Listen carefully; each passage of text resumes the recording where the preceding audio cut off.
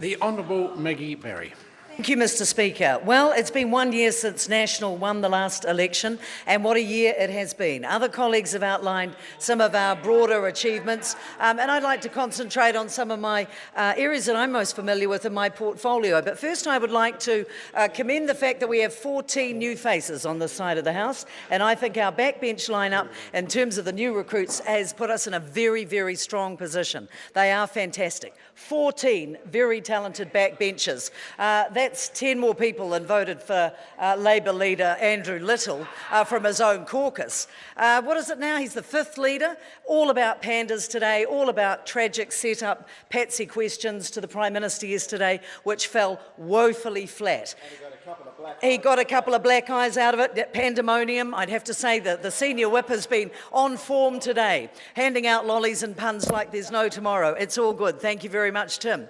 But it is an important thing, I think, to look at a strong, united caucus that is united under their leader and their deputy leader. This party, this government is in great heart. I discovered that for myself, rediscovered it last week. I had the Prime Minister on my North Shore electorate, and we launched a suite of new changes for seniors. And when I look at the impact that this government has made over the last 7 years, and in particular in the last few, I look at seniors and I can see big results, and I think about the way that they have been ignored successively by the Labour government, propped up by their mates the Greens for a while there. Seniors have been very much the poor relations. That's not happening under this government. I commend my predecessor Jo Goodhue. Under her, the gains that were made for the Super Gold Card from its extremely humble beginnings, it has really burgeoned into something that is worth having for seniors. And we see now that we have more than 8,000 businesses representing 12,500 outlets.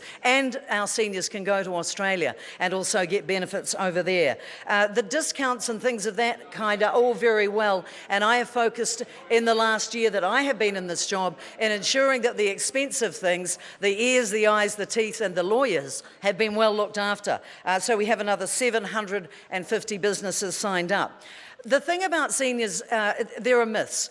The idea that older people don't go on and use internet is incorrect. Something like 61% of our people over 65 were on the internet last year. With an ageing population, that's going to increase. So with the Prime Minister last week, we launched a suite of new initiatives. A new website called Super Seniors, specifically designed to be relevant with seniors in mind. We have a new newsletter, a Facebook and a Twitter page as well. So we're making some real gains there in getting seniors connected with what's important and relevant to them. When it comes to conservation, I'd have to say this year has been an excellent one for Kiwis of all brands and persuasions. We had $11.2 million out of the budget this year. As Bill English, the Minister of Finance, did say to me, if those birds don't breed, he wants his money back. I'm very worried about that. I have been able to say to all of our Kiwi providers, let's make sure that these Kiwi birds breed, and I'm pleased to be able to report to our Finance Minister that they have been successfully doing what nature intended. And we have targeted an increase. At the moment, the Kiwi population is declining at about -2%. Our aim is to get that up to +2%, which means about an extra 7,000 birds, and the progress to date has been outstanding.